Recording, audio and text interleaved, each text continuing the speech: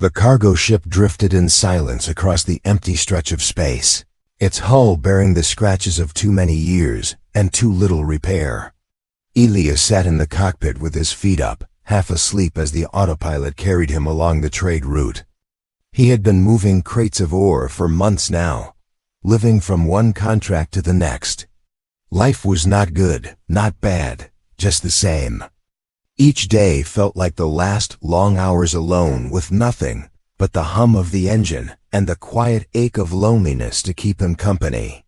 He was not a soldier, not a hero, only a man trying to get by in the far edge of human space where law and order rarely reached.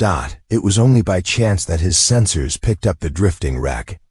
At first he thought it was a broken satellite or some abandoned cargo pod, but as the scanners cleared the dust away, the shape revealed itself to be a ship. It was not human.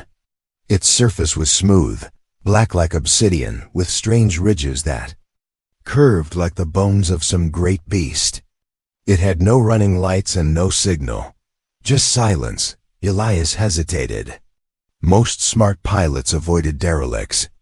Too many carried hidden dangers, pirates waiting to spring a trap, or worse, Dominion salvage crews who executed trespassers without a second thought. But something about the way that ship drifted caught his attention. It looked wounded, almost broken, as though it had been cast aside. He told himself it was foolish, but curiosity gnawed at him. Maybe there was scrap to sell. Maybe even something rare enough to make him rich. He aligned his vessel and locked the docking clamps. The air hissed as the bridge connected. He armed himself with an old plasma pistol, though he doubted it would help much if trouble was waiting. The hatch opened with a groan, and a sharp smell of burned metal hit his nose. The corridors inside were dark, the walls lined with strange conduits that pulsed faintly as if the ship still held a dying breath. He moved slowly, his boots clanging against the alien floor. Every sound seemed too loud. His lamp beam cut across. Twisted wires, shattered panels, scorch marks from heavy weapons fire. The ship had been in battle. And it had lost. Then he heard it. Not a machine, not the groan of a hull, but a sound small and human-like. A weak gasp, a voice struggling in the dark. He froze. For a long moment he wondered if he had imagined it. But then it came again, a faint cry that seemed to echo through the corridor. Against all reason he followed. The path led him deeper into the vessel until he reached a chamber that looked like some kind of holding bay. Strange machines lined the walls, their shapes curved and cruel, with harnesses that looked too much like restraints. Tubes snaked from them into the floor, and a sickly glow of energy pulsed within glass containers. It was not fuel, not any fuel he knew. It looked alive. And then he saw her.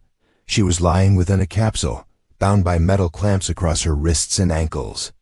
Her body was thin, almost skeletal, her skin pale with a faint shimmer that caught the light. Long strands of hair floated around her head as though space itself held her in suspension. Her eyes were closed, but her chest rose with shallow breaths. The tubes connected to her arms glowed faintly, drawing something from her body into the machines around her. Elias stared, unable to move. He had seen many things in his years, smugglers, raiders, slavers, but never this. Someone had turned her into a source of energy. Not treated as a prisoner or an enemy, but as a battery. The thought made his stomach twist. He stepped closer. The chamber gave no sign of life, no guards, no alarms. It seemed whoever had captured her was gone. He touched the capsule, the glass warm under his glove. Her eyelids fluttered, and for the briefest second he saw her eyes. They were not human. They glowed faintly, deep pools of light, but behind them was something he recognized. Pain, fear, and something else. Hope. Desperate and fragile. Elias felt his throat tighten. He should have walked away. This was not his fight. He could return to his ship, cut the clamps, and pretend he had never found her. That was the smart thing, the safe thing. But his hands betrayed him. He reached for the control panel, fumbling with the alien symbols until the locks clicked open. The clamps released with a hiss. The tubes retracted, spilling sparks as if angry at being denied their feast. She gasped sharply, her body twitching as though life rushed back into her veins. Elias lifted the capsule's cover and slid his arms under her fragile frame. She was cold, far too cold, but light as if she weighed nothing at all. He carried her back through the corridors, half expecting the ship to wake and punish him for the theft. But it remained silent, a tomb adrift in the void. When he reached his freighter and sealed the hatch, only then did his heart begin to calm. He laid her gently on the bunk in the small med bay. She stirred, lips parting, though no words came. A faint glow lingered around her fingertips, then vanished like smoke. Elias pulled a blanket over her and sat down, staring at her face. She was not human, not by any measure. But there was something unmistakably alive about her, something sacred in the way she clung to breath even after being drained to the edge of death. Elias leaned back, rubbing his tired eyes. He knew what he had done was madness. If the Dominion learned he had taken her, they would hunt him to the ends of space. They did not forgive thieves. They did not forgive defiance. But as he looked at her, he also knew he could not have done otherwise. The freighter drifted onward, carrying its two unlikely passengers into the darkness. One was a man who had never asked for a fight. The other was a girl who had survived the unthinkable. Neither knew what future awaited them, but in that small moment, in the quiet hum of the ship, a spark had been lit. And sparks, Elias thought, had a way of becoming fire. The hum of the freighter's engines filled the silence as Elias sat beside the bunk, watching the girl breathe. Her chest rose and fell unevenly, every breath sounding as if it had to fight through years of pain. He had patched her up as best as his med kit allowed, cleaning the burns on her wrists where the clamps had dug in, sealing the cuts with synth gel. It was not much, but it was better than leaving her to die in that prison ship. He had not eaten since he carried her aboard, too busy staring at her, wondering what kind of life she had endured and what kind of trouble he had just brought upon himself. Hours passed before she opened her eyes again. They glowed faintly in the dim cabin, not bright but deep, like a hidden flame waiting to burn. Elias leaned forward. She moved her lips, but no sound came. Instead, a faint pressure brushed against his mind, like a whisper he could not quite hear. He blinked, confused, but then the feeling sharpened and words formed inside his head. "You saved me." Elias almost jumped, glancing around the room as if someone else had spoken, but it was only her. The voice was not heard with ears, but felt clear and soft, yet trembling with weakness. He rubbed the back of his neck, unsure if he was losing his mind. "I pulled you out of that machine," he muttered aloud, unsure if she could hear him in the same way he heard her. Didn't seem right what they were doing. Her eyes closed again as if the effort of speaking, even in that strange way, drained what little strength she had. But before sleep claimed her, he caught one last whisper, "They will come." The words echoed in his skull long after she fell silent. He leaned back, heart sinking. He already knew who she meant. The Dominion never left their property behind. If she had been their prisoner, their source of power, then they would hunt until they found her. And him, for the next day, Elias kept the ship running quiet, shutting down unnecessary systems, sticking to empty trade lanes far from patrol routes. He checked the long-range scanners again and again, though he knew it was only a matter of time. Every shadow on the radar, every flicker of static in the comms, made his stomach twist. The girl stirred often, though she never left the bunk. She could not eat human food, not yet, but she seemed to draw a faint energy from the environment around her. Her wounds healed faster than he expected, the shimmer on her skin growing stronger. When she spoke in his mind again, the words came more Clearly, my name is Lyra, he nodded. Elias. A pause, then her voice brushed his thoughts again. You risked much, why? He let out a dry laugh. Still asking myself that. He rubbed his face with tired hands. Maybe I was bored. Maybe I couldn't stand the look in your eyes when I found you. Didn't feel right to leave you there. She studied him silently, and though she said no words, he felt a strange warmth in the back of his mind. Something like gratitude. But peace did not last. On the third day, the scanners caught something. A faint signature on the edge of range. Too steady to be drifting debris. Too strong to be a civilian craft. Elias cursed it under his breath. Dominion. They were sweeping the lanes. He cut power, letting the freighter drift in the void, hiding among the rocks of a broken moon. Sweat beaded on his brow as he watched the screen. The enemy vessel prowled slowly, its outlines sharp and predatory. Not large, but deadly enough. If they scanned him, there would be no escape. Lyra sat up weakly, her eyes half closed, but her voice filled his mind with sharp clarity. They seek me. They feel what was taken. You're telling me they can sense you? Elias hissed, keeping his voice low though there was no one else aboard. She nodded faintly. I am tied to them. My kind are bound. When one is freed, they know. He swore again. That makes hiding a lot harder. For long minutes they stayed silent, waiting. The Dominion ship crawled across the scanner, then passed out of range. Only when the signal faded did Elias allow himself to breathe again. But the reprieve gave little comfort. If they were searching here, they would search everywhere. That night while Lyra rested, Elias sat in the cockpit, staring at the stars. He told himself he could still turn back. He could abandon her on some outpost, leave her to fend for herself, maybe even hand her over and beg forgiveness. The Dominion might even let him live, maybe, but the thought turned his stomach.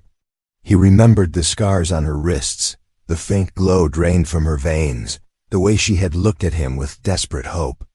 No, he could not do it. He had crossed the line the moment he freed her. The next morning, Lyra surprised him by standing on her own. Her steps were unsteady, but there was strength in her eyes. She reached for the viewport, gazing at the stars as though seeing them for the first time in years. Her voice touched his thoughts gently. My people were taken long ago. The Dominion broke our worlds. They use us as fuel, nothing more. We give them light, and in return we are left in chains. Elias's hands tightened on the control panel. He had heard of the Dominion's cruelty, but hearing it from her, seeing it in her wounds, made it more than rumor. It made it real. They won't stop, she continued. They will come for me, and for you. He met her gaze. Then we'll just have to make it hard for them. Her lips curved faintly, not quite a smile, but something close. She sank back into the chair, eyes heavy, but her voice lingered in his mind. You are different, Elias. You do not bow. The scanners blared a warning before he could answer. Another Dominion ship, closer this time. Elias grabbed the controls, heart pounding. He knew he could not run forever. But he also knew something had changed. He was not alone anymore, and for the first time in years, he felt the stirrings of a fight worth taking. The Dominion ship passed without firing, but the silence that followed did not bring relief. Elias knew that every moment from now on was borrowed time. They were not safe, not in any corner of the galaxy that the Dominion's reach could touch. Yet something in him refused to bow to fear. He had lived his whole life running from trouble, choosing the easy path of survival. But since he had carried Lyra from that broken vessel, his mind no longer found comfort in old habits. He could not go back to drifting alone and pretending the galaxy's evils were none of his concern. Lyra walked more steadily each day. Her skin glowed faintly now, not with weakness but with returning strength. as though the very stars gave her breath. She spoke often in his mind, her voice gentle, weaving into his thoughts with ease.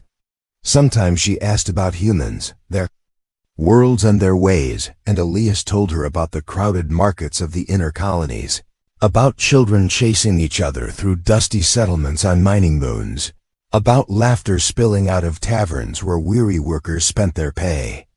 Other times she was silent, staring out at the stars with eyes that held memories of pain he could only guess at. One evening, as the freighter slid past the shattered rings of an ancient planet, she turned to him and her words pressed into his mind with an intensity that startled him. "My people are not weak, Elias. What they did to me, what they did to us, it is not because we lack strength. It is because we have too much of it. The Dominion feared what we carried inside. They drained it from us, used it to fuel their fleets, their weapons, their great cities. They taught the galaxy that we were nothing but living batteries. But the truth is different. If we are free, if we hold our own power, we can destroy them." Elias frowned, leaning back in the pilot's chair. "That's why they keep you chained. Not because you're weak, but because you're dangerous." Her gaze met his, steady and unflinching. "Yes, dangerous, but not to you." He wanted to laugh at the absurdity of it. A lone freighter captain sitting beside an alien girl who claimed she could bring down an empire, but he could not. He believed her. Perhaps it was the conviction in her voice, or the way the glow beneath. Her skin grew brighter each time she spoke of freedom, but he felt no doubt. Still, belief was one thing and survival another. The scanners had picked up faint Dominion chatter, encrypted signals bouncing across the lanes. They were spreading their net wider. Elias knew it was only a matter of time before they closed in. He avoided main routes, ducked into asteroid fields, even powered down for hours to drift like a corpse among debris. But each move was only a delay. The hunt was tightening. One night, when the freighter lay hidden in the shadow of a frozen world, Lyra came to him as he sat alone in the cockpit. Her steps were soft, her body still fragile though her eyes burned with new light. She touched the back of his chair, and her voice brushed against his thoughts with quiet strength. "You could still leave me behind. There are places even they cannot search. You could go back to your life." Elias stared at the dark expanse outside, stars like cold fires in the distance. "And pretend I never saw what they did to you. Pretend I don't know what they're doing to your people. No, that man died when I opened that capsule. I'm someone else now." For a long moment she said nothing, but he felt her presence linger in his mind, not words this time, but an emotion, something deep and unspoken. Gratitude, yes, but also something warmer, fragile yet growing. Elias said nothing, only sat with it, letting the silence stretch out. The next day, the Dominion came closer than ever. A cruiser cut across their path, forcing Elias to dive into the atmosphere of a storm-racked gas giant. Lightning clawed at the hull as he threaded through the churning clouds, alarms screaming across the console. Lyra clutched the rail, her face pale but calm, her voice steady in his mind. "Trust me." He glanced at her, half mad with fear. "Trust you? With what?" Her eyes glowed brighter than he had ever seen, like fire bottled within glass. "With everything." Before he could answer, she pressed her hand against the bulkhead. A wave of light rippled across the metal, a hum thrumming through the ship. The storm outside seemed to bend, the lightning pulling away from them, parting as though the planet itself obeyed her will. Elias steered them through the gap, his jaw clenched, his eyes wide in disbelief. When at last they broke free of the clouds and the Dominion cruiser fell behind, he exhaled a breath he had not realized he held. He turned to her, demanding answers, but the words caught in his throat. She had collapsed, her glow fading, her chest rising shallowly again. He carried her back to the bunk, fear twisting inside him. She had shown him a glimpse of the power she carried, but it had nearly broken her to use it. As she slept, Elias sat beside her, staring at the faint light under her skin. He realized then that this was no longer about smuggling or survival. He had seen what she could do, what her people could become if freed. The Dominion's strength rested on their chains. Break those chains, and the Empire might fall. He brushed a hand across his tired face and let out a heavy sigh. For the first time, the thought of fighting them no longer seemed like madness. It seemed like destiny, and somewhere in the darkness beyond the hull, Dominion signals pulsed like the beat of a war drum. Growing louder with each passing hour, the Dominion did not stop searching. Day after day, Elias saw the signals grow stronger. More ships sweeping through the trade routes, more encrypted messages whispering across the void. They were not guessing anymore, they knew. Somehow, despite all his tricks, despite the endless detours and silent drifting, they were closing in. Elias felt the walls of space tighten like a trap around his small freighter. He slept less and less, his eyes burning from long nights at the controls, his hands shaking with the weight of choices. He knew running would not work forever. Lyra recovered slowly after the storm world. The glow beneath her skin had steadied again, and though she walked with the grace of someone still fragile, her eyes carried strength. She spent hours near the viewport, her hand pressed to the glass as if she could draw something from the stars themselves. Sometimes she spoke to him, her voice filling his thoughts with questions about humanity, about the stories they told themselves, about why they fought wars against each other instead of uniting. Other times she was quiet, lost in memories of her people. Elias never pressed her, but he felt the storm building in her heart, just as clearly as he felt the Dominion drawing near. One night the scanner screamed louder than ever before. A Dominion warship had found them, not a small patrol craft this time, but a hunter-class vessel built for pursuit and destruction. Its engines burned hot, its weapons primed, and it was closing fast. Elias's freighter could not outrun it.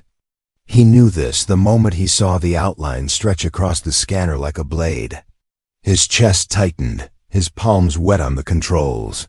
For a moment, the old instinct rose in him, the urge to run, to abandon the fight, to surrender the girl and hope for mercy. But when his eyes flicked toward Lyra, standing behind him with that faint glow spreading across her arms, he knew there was no turning back. "They will not stop," she said, her voice calm in his mind. "If they take me again, they will use me until nothing remains. If they take you, they will break you until you are another tool in their chain. This is the moment, Elias. Either we fight or we end here." Elias's jaw tightened. "Then we fight." The warship fired first, beams of energy streaking past the freighter, shaking its hull with thunder. Elias threw the ship into a dive, skimming along the edge of an asteroid belt. Rocks spun around them, colliding with violent flashes. The freighter rattled under the strain, alarms blaring across the console. Lyra braced herself, her eyes glowing brighter, her breath deep and steady. Elias used every trick he had learned in years of smuggling. He threaded through the rocks, cut power to spin dead silent, reignited the engines at the last second to slip past the warship's scanners. But the Dominion vessel was built for this hunt. It followed every move with cold precision, its weapons cutting through asteroids as if they were paper. Each blast drew closer. Each dodge cost him more control. "Not enough," Elias muttered, sweat dripping down his temple. "We can't outrun it, not like this." Lyra stepped forward, placing her hand on the console beside his. The glow from her skin spread across the metal, a web of light crawling over the controls.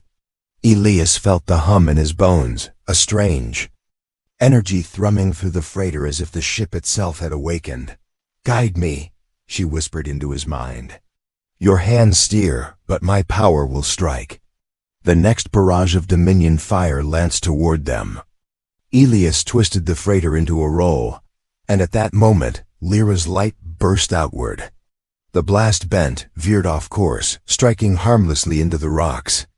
The Dominion ship adjusted instantly, but Elias felt hope ignite in his chest. She could bend their fire. She could turn their weapons against them. He dove lower into the asteroid belt, dragging the warship into the heart of the chaos.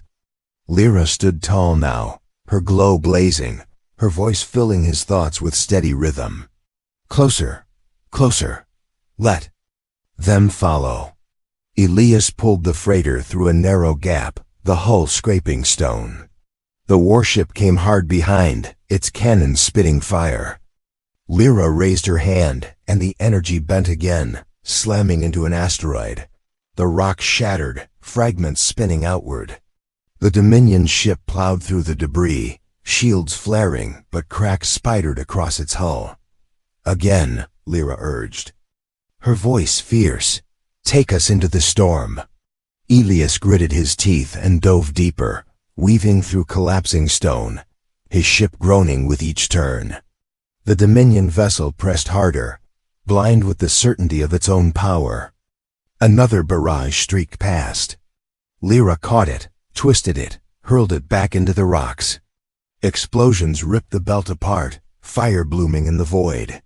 And in the chaos, Elias saw his chance. Now, he growled, slamming the engines to full. Burn!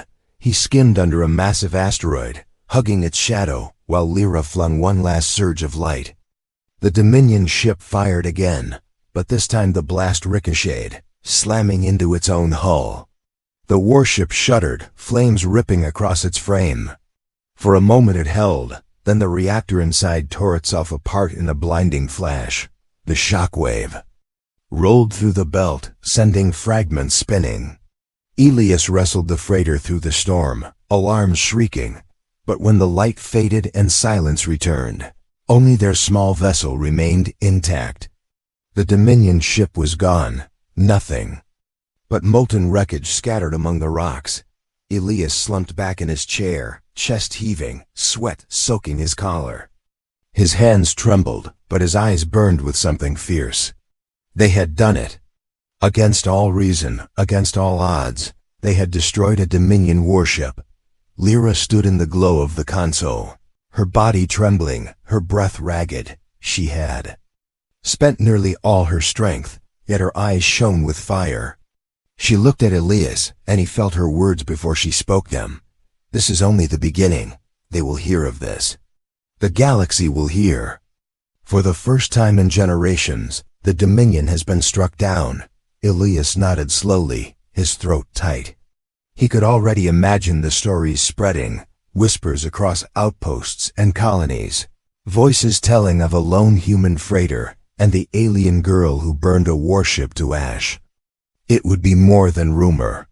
It would be a spark, and sparks, he knew, could set the whole galaxy aflame. The wreckage of the Dominion warship still drifted behind them when Elias set the freighter on a steady course away from the shattered belt. He had barely closed his eyes since the battle, yet sleep did not come. His mind replayed the fight again and again, the light that had poured from Lyra's hands, the fire that had consumed the hunter ship, the silence afterward. He had lived through many dangers, smuggling across borders, slipping past patrols, surviving ambushes, but nothing had ever felt like this. Nothing had ever shaken him so deeply or left his chest burning with something that was not fear but defiance. He knew now there was no turning back. Lyra lay resting on the bunk, her glow faint but steady, her body fragile after giving so much of herself. Elias watched her breathe, half worried she would not wake, half in awe of the strength hidden inside. She was not a weapon, though the Dominion had tried to make her one. She was more than that, something they had feared and twisted because they could not control it. When she opened her eyes and met his gaze, he felt the words press into his mind with quiet certainty. It has begun. He nodded, his voice hoarse. They will know about the warship. Every system will hear of it. They'll come with more. Bigger ships, stronger fleets, We can't fight them alone. Lyra sat up slowly, her expression calm but fierce. We are not alone. My people still live, scattered and hidden, broken but not gone. They think us powerless, but they have never seen us free. If I reach them, if they see what we can do when unbound, they will rise. Elias leaned back in his chair, staring at the star map flickering on the console. And you'll need someone to get you there. Someone who knows how to slip past blockades, who knows the quiet paths. She tilted her head, her glow softening. Will you? He let out a slow breath. After everything we've been through. Do you really need to ask? Her lips curved into the faintest smile, and for a moment, the silence between them carried more weight than words ever could. The next days were a blur of movement. Elias charted a course through forgotten routes, places only smugglers and drifters remembered. They passed derelict stations where rust and shadows ruled, mining colonies where tired workers stared in disbelief at the whispers spreading across their cums. In every corner of space, the same rumor began to rise. A Dominion warship had fallen. Not to another empire, not to a great fleet, but to a single human freighter and the strange girl who traveled aboard it. People spoke of fire bursting through the stars, of chains breaking, of a story too wild to be true, but too powerful to ignore. By the time they reached the hidden enclave, the rumor had already outrun them. The place was nothing more than a hollowed moon, shielded by debris and silence. Yet as Elias guided the freighter into its dark hangar, he felt eyes watching from the shadows. Figures emerged slowly, thin like Lyra, their skin carrying the same faint shimmer, their movements careful, wary. For a long moment no one spoke, until one of them stepped forward, a woman older but strong, her glow dimmed by years of suppression. Her eyes widened as she looked at Lyra, then at Elias. You survived, the woman whispered, her voice trembling not with fear but with awe. And you brought one of them down. Lyra's glow brightened as she stepped forward, her voice ringing in their minds with a strength Elias had never felt from her before. I am free, and so will you be. The Dominion cannot hold us forever. The fire has already begun. Will you carry it? The enclave stirred like a waking giant. Murmurs spread, heads lifted, eyes burned brighter. Elias felt it like a tide rising. Around him, the weight of hope long buried now breaking free. He stood beside her, not speaking, but his presence said enough. He was human, yet he had fought for them, bled with them, refused to bow. And in that, he gave them something they had not seen in generations. Proof that the Dominion was not untouchable. That night, as the enclave lit with the glow of her people, Elias sat outside the freighter, staring at the fractured horizon of the moon. He had thought of himself once as a drifter, a man without cause, but now he saw how much one choice could change. He had opened a capsule, carried a broken girl across the void, and in doing so had struck the first blow in a war that could free not just her people, but countless others crushed beneath Dominion rule. Lyra joined him, her steps quiet, her glow steady again. She lowered herself beside him, her presence brushing his thoughts with warmth. You did not have to do this, Elias. You could have left me to die. You could have walked away 100 times since. Why stay? He thought for a long moment before answering, because someone has to. Because I'm tired of running from everything that's wrong in this galaxy.